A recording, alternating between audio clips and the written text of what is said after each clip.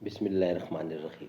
ناظرین، وی log number 216 پہلی قسط ہے معارف و مسائل، اور ہیڈنگ ہے یہود پر ذلت و غضب کا مطلب، موجودہ اسرائیلی حکومت سے شبہ اور جواب۔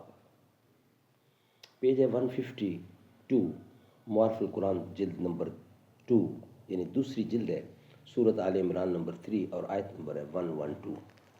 ناظرین، روزانہ کی بنیاد پر ہم آپ کے سامنے رکھ رہے ہیں قرآن کریم کا ترجمہ، تشریح، تفسیر اور تلاوت کلام پاک۔ اس کتاب کا ٹائٹل ہے معارف القرآن جلد نمبر 2، سورۃ آل عمران سے لے کر سورۃ النساء تک، پارہ نمبر 3 کا رکوع نمبر 9 سے لے کر پارہ نمبر 6 کا رکوع نمبر ہے 4۔ رائٹر ہیں حضرت مولانا مفتی محمد شفیع صاحب عثمانی رحمۃ اللہ علیہ، مفتی اعظم پاکستان۔ نحمدہ ونصلی علی رسولہ الکریم، بسم اللہ الرحمن الرحیم۔ قال النبی صلی اللہ علیہ وسلم، خیرکم من تعلم القرآن وعلمہ، بہترین لوگ وہ ہیں جو خود بھی قرآن پڑھیں، دوسروں کو پڑھائیں، سکھائیں اور لکھائیں۔ کہاں اقبال تو نے آ بنایا آشیاں اپنا، نوا اس باغ میں بلبل کو ہے سامان رسوائی۔ شرارے وادی ایمن کے تو بوتا تو ہے، لیکن نہیں ممکن کہ پھوٹے اس زمیں سے تخم سینائی۔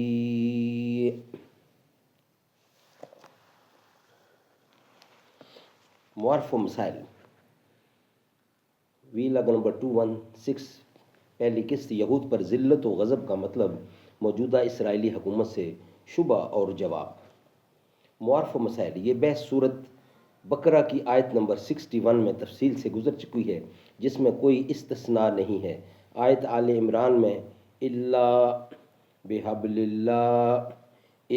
بحبل من اللہ وحبل من الناس کے استثناء کی تحقیق وہاں گزر چکی ہے۔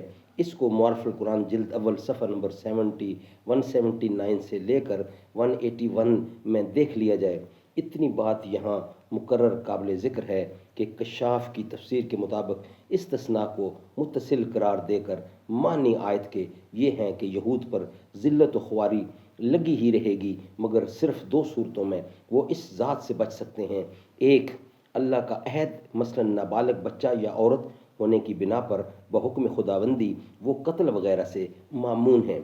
دوسرے، بحبل من الناس، یعنی لوگوں سے معاہدہ صلح کی بنا پر ان کی ذلت و خواری کا ظہور نہ ہو۔ اس جگہ الفاظ قرآن بحبل من الناس ہیں جو مومن و کافر سب کو شامل ہیں۔ اس میں یہ صورت بھی داخل ہے کہ یہ لوگ مسلمانوں سے معاہدہ صلح کر کے بے فکر ہو جائیں، اور یہ بھی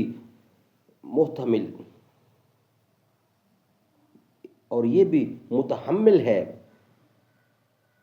کہ دوسری غیر مسلم طاقتوں سے معاہدہ صلح کر کے محفوظ ہو جائیں، جیسا کہ حکومت اسرائیل کی موجودہ صورت ہے کہ کسی صاحب بصیرت پر مخفی نہیں کہ اسرائیل کی حکومت در حقیقت اہل یورپ کی ایک مشترکہ چھاؤنی سے زیادہ نہیں۔ اس کی جو کچھ قوت نظر آتی ہے وہ سب غیروں کے بل بوتے پر ہے۔ اگر امریکہ، برطانیہ، روس وغیرہ آج اس سے اپنا ہاتھ اٹھا لیں تو وہ ایک دن اپنا وجود قائم نہیں رکھ سکتا۔ واللہ اعظم۔ ناظرین، یہ ویلاگ ہمارا یہاں کمپلیٹ ہوتا ہے۔ نیکسٹ ویلاگ انشاءاللہ جو ہوگا ہمارا وہ ہوگا 217، اور دوسری قسط ہوگی وہ انشاءاللہ نیکسٹ ویلاگ کی صورت میں ہم آپ کے سامنے رکھیں گے انشاءاللہ۔